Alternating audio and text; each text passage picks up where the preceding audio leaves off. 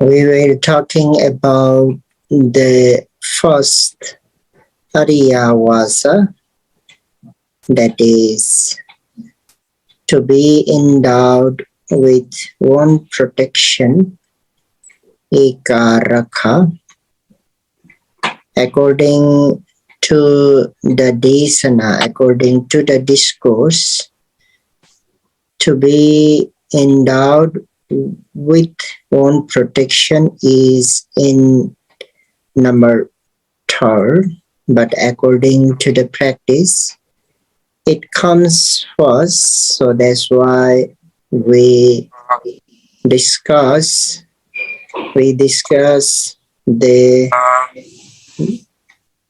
third one first, and we have been talking about this uh, Ekarakha, to be endowed with one protection for quite long. So from today, that's why from today we are going to move on the second one. And according to the discourse, it is in number 4, but according to the practice, in order of according to the practice, it comes the second. So today we are going to talk the second one, that is to be depend on the four suppose. So that is the second one.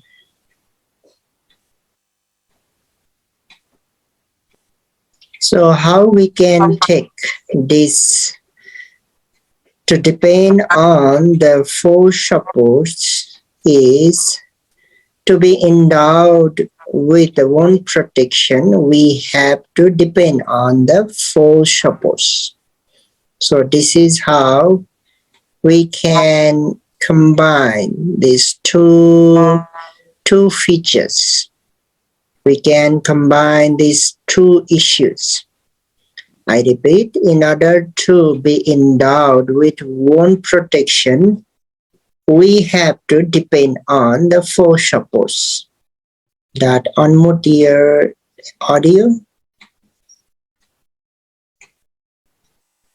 So now we can make a question. We can make a question that what are the four supports to depend on in order to be endowed with the one protection?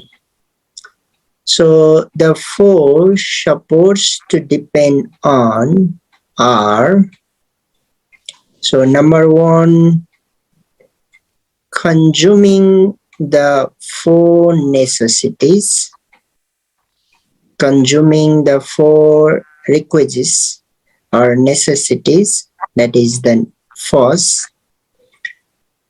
The second is to endure, to be patient, what need to be patient, that is the second. The third one is to avoid what must be avoided, and the fourth one is to calm down what must be calmed down. So these are the four supports to depend on in order to be endowed with one protection. About the first one, can you the four quizzes who need with? Yes. The first one is to consume the four requisites, four necessities. I repeat, the second one is to endure, to be patient, what must be endurable. And the third one is to avoid what must be avoided. And the fourth one is to calm down what must be calmed down. Yeah. And when Buddha gave this discourse, there is the word used by the Buddha, that is Sankhaya. The Pali word is Sankhaya. Sankhaya means wisely or contemplating wisely. So we have to add this word to each one. So means the number one is contemplating wisely. We have to consume the four requisites. Contemplating wisely, we have to endure. Contemplating wisely, we have to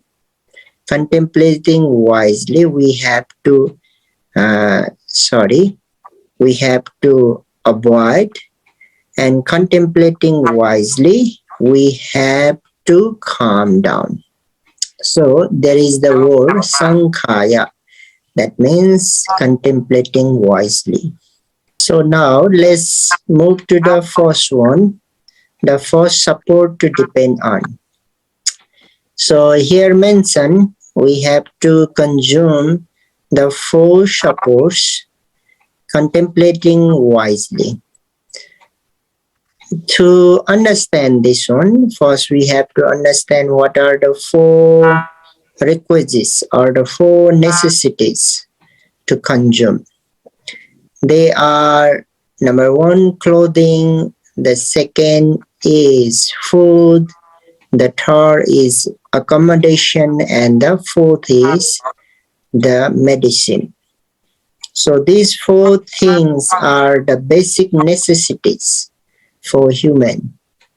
These four are the basic necessities for human. Without these four basic necessities, it is difficult to live.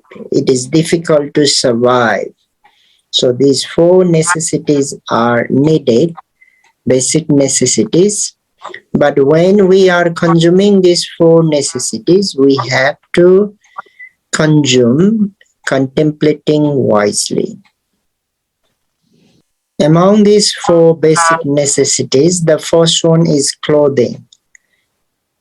We use clothing, we consume clothing in order to protect our body, in order to protect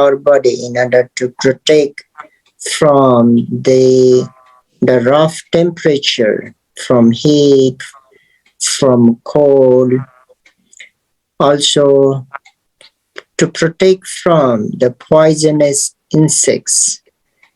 It could be insect or even mosquito, scorpion, to keep our body free from danger.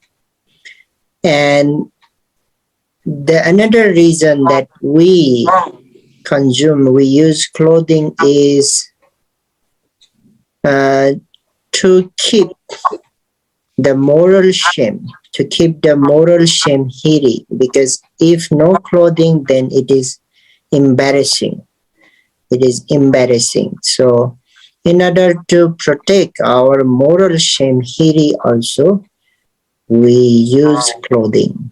So these are the main purpose of using consuming the clothes in order to protect our body from extreme temperature, from poisonous insects, and to protect the moral shame in order to not to be embarrassed.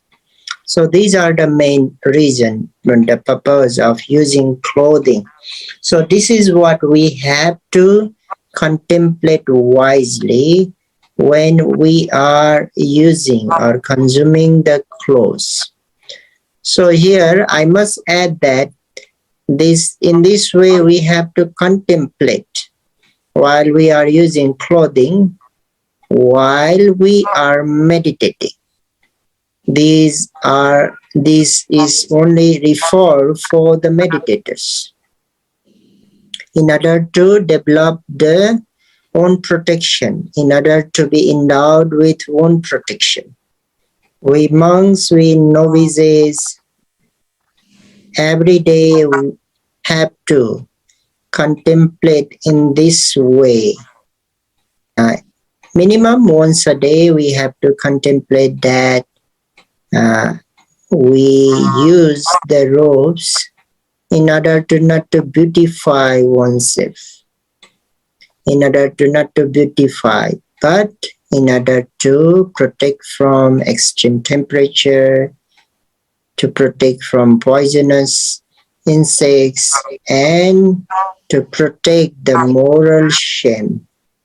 So meditators also have to contemplate in this way while practicing meditation.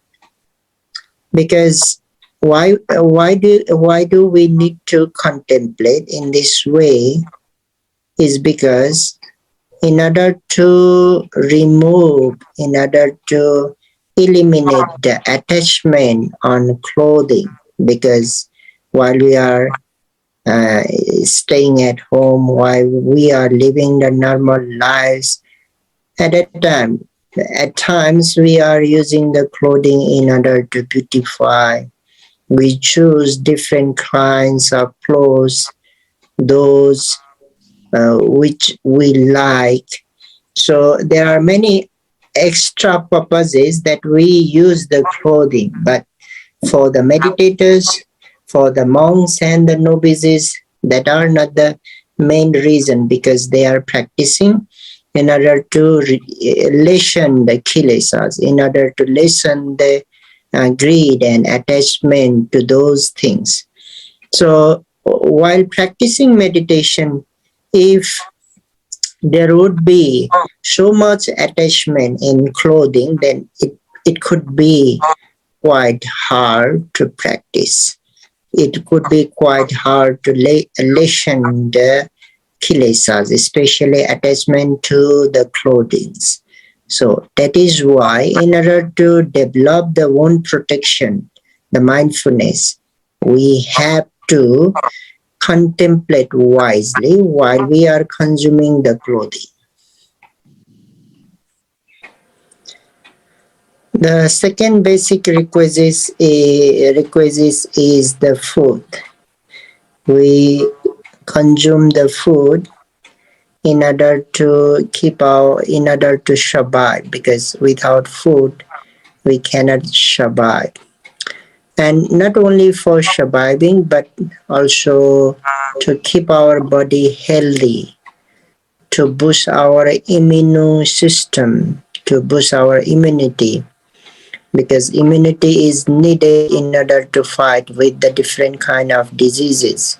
If our immune system is bad, not so good, then there is no potency to fight against the different kind of diseases. Our body will be weak. So in order to boost our immune system, also food is needed.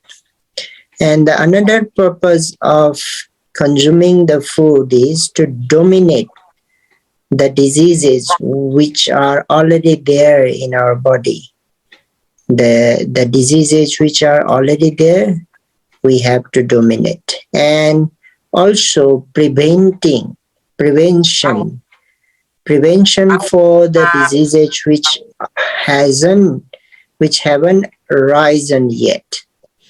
So to dominate the old diseases and to prevent the new diseases also, we use the food, we eat the food.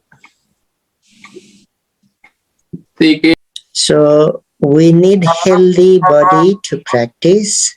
So in order to keep our body healthy, and with healthy body, it would be supportive in order to improve in our practice. So that is why we consume the food. So we monks and the novices also contemplate. The extra contemplation is there, like we don't use the food to play like a children. They eat food in order to play. Similarly, there are the wrestlers, there are the models, there are the actor and actresses, etc. They consume the food for different purpose, not only to keep their body healthy or not only to survive, but there are also maybe to keep their body beautiful, maybe for slim also sometimes, or maybe to get fat also. There are the many different purposes of the different people. They consume the food. For monks and novices, they are not allowed it to use the food for those purposes. So that's why those are the things we also contemplate for every day, because minimum we have to contemplate once a day. So similarly, a meditator who are practicing meditation in order to develop their own protection, he or she also must contemplate that, not using the food in order to play, in order to beautify, in order to get weight, and etc. But just to keep the body healthy so that can practice meditation. The moderate amount of the food is needed while we are practicing meditation. Not too much also, not too less also, because if it is too much, then we may get drowsy, we may get sleepy, and could be difficult to practice. If we are not having enough food also, that also may create the problem, because lack of energy. So that is why moderate amount of food must be taken while we are practicing meditation. We have to contemplate, because different people have different choices in food. Some people they cannot eat. They said like, except that food I cannot eat this one. Without that food I cannot eat.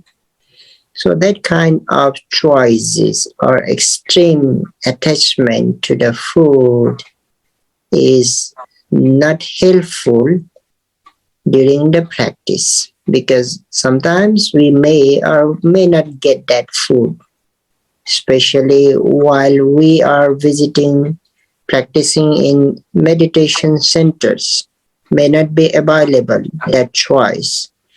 So if we are so attached to our choice, then it would be quite hard to practice in meditation. So that means we are not having the food in order to satisfy oneself, but to keep our body healthy so that we can practice meditation. We have to understand this is only for the meditators, not when we are staying at home and living normal life. It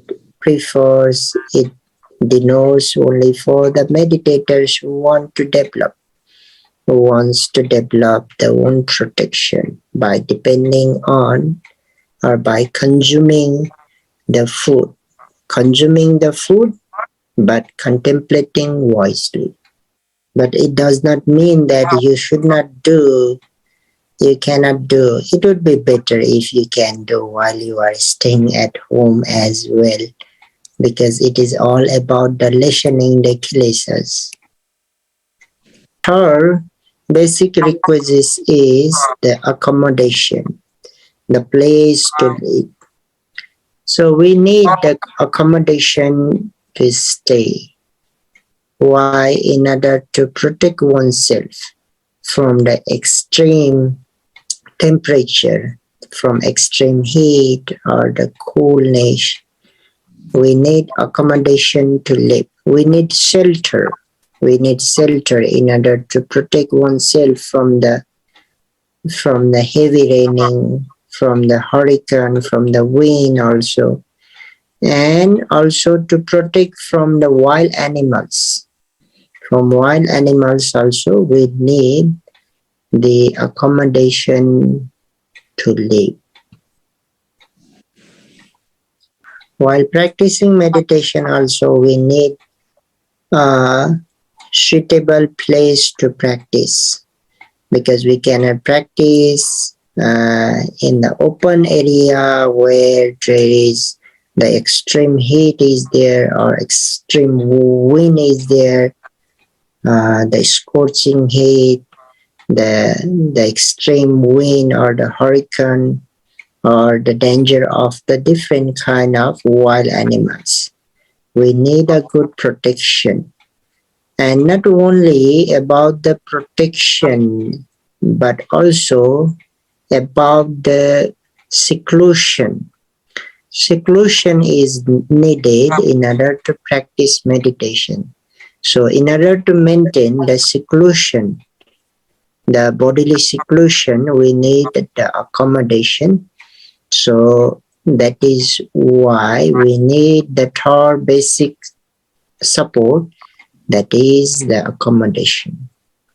So this is also how we have to contemplate while we are practicing meditation about the accommodation, using this accommodation only for the purpose of to protect oneself from extreme temperatures, to protect from wild animals, and to enjoy the seclusion so that can practice meditation.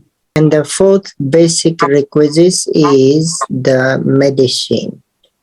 When we become sick, ill, we need meditation in order to fight with those diseases. Because if our health is no good, if we are sick, it is hard to practice meditation. So medicine is also needed as the fourth, the supporter. So, and again, when we use this medicine, we have to contemplate wisely that I am using the medicine in order to fight solely to the diseases. So in this way, the four basic necessities, which are very important in our life, without them it is hard to survive. So we need to use them. But while we are using them in order to lessen the attachment to those four requisites, we have to use them by contemplating wisely. Buddha allowed it to monks, to novices, to nuns, to use these four basic necessities. Because first reason is without these four necessities, we cannot survive, we cannot keep our body healthy. And the another reason Buddha allowed it to use these four requisites is in order to not to practice the self-denial or the self-mortification practice that we call in Pali Atta Kilamatthano Yoga. I repeat, Atta Kilamatthano Yoga. The self-mortification or the self-denial practice, which is a non-Buddhist practice. Atta Kilamatthano Yoga, the self-denial or the self-mortification practice is one of the many practices favored by the non-Buddhist ascetics such as Niganthas. In fact, even amongst the ascetics who practice self-mortification or the self-denial, there are many different schools or the many different practices they practice. Like some refuse to wear the clothes, like some only stand the whole day without sitting, the standing posture. Some use their bare some avoid the like a slippers. Like some live on only one mouthful of the food per day, and some do not take even the food for like 10 days or for a week. In that way, different schools are there to practice the Attakilamatthana yoga. Such Attakilamatthana yoga practices only cause the physical harm without any good benefits in return. But even the Bodhisattva, the Buddha to be, before he enlightened, even he practiced for 6 years, we do know that. But when we realize that, oh, this is not the middle part, this is not the right way to be a Buddha or to be a fully enlightened one, then he abandoned that practice and choose the middle way. That is why Buddha emphasized in his very first discourse, Dhammacakkappavattana Sutta, the first sermon, he emphasized to avoid the two extremes. Among those two extremes, the one is the self-mortification or the self-denial practice. So that is why, in order to avoid that practice, we consume the 4 basic necessities. So we are allowed to use, or we have to use, these 4 basic requisites, but when we are using, we should not be so attached to these 4 requisites. So in order to lessen the kilesas or the attachment on these 4 requisites, what is needed is the wise contemplation is needed. While we are taking food, while we are clothing, while we are living in accommodation, while we are consuming the medicine, we have to contemplate that these 4 basic requisites are not using for different reason, but in order to keep the body healthy, in order to survive, or in order to be capable to practice meditation. So means use these 4 requisites properly with wise attention, and then develop the wound protection mindfulness. Okay, then let's move to the second support to depend on. The second support to depend on is to endure what should be endurable. So the things to endure during the practice are mostly the unpleasant sensations. So unpleasant sensations arising during the practice must be endured. We cannot change our posture again and again. We cannot change the posture often, because if we change the posture often, then it would be hard to develop the concentration. And also, without being patient, it is difficult to attain Nibbana. There is the saying, patience leads to Nibbana. So in order to walk on the path to Nibbana, we have to be patient. So means we have to endure those unpleasant sensations. It is mentioned in the text that when we are practicing meditation, we have to show the less mercy in our body and life, so that we can endure the unpleasant sensations.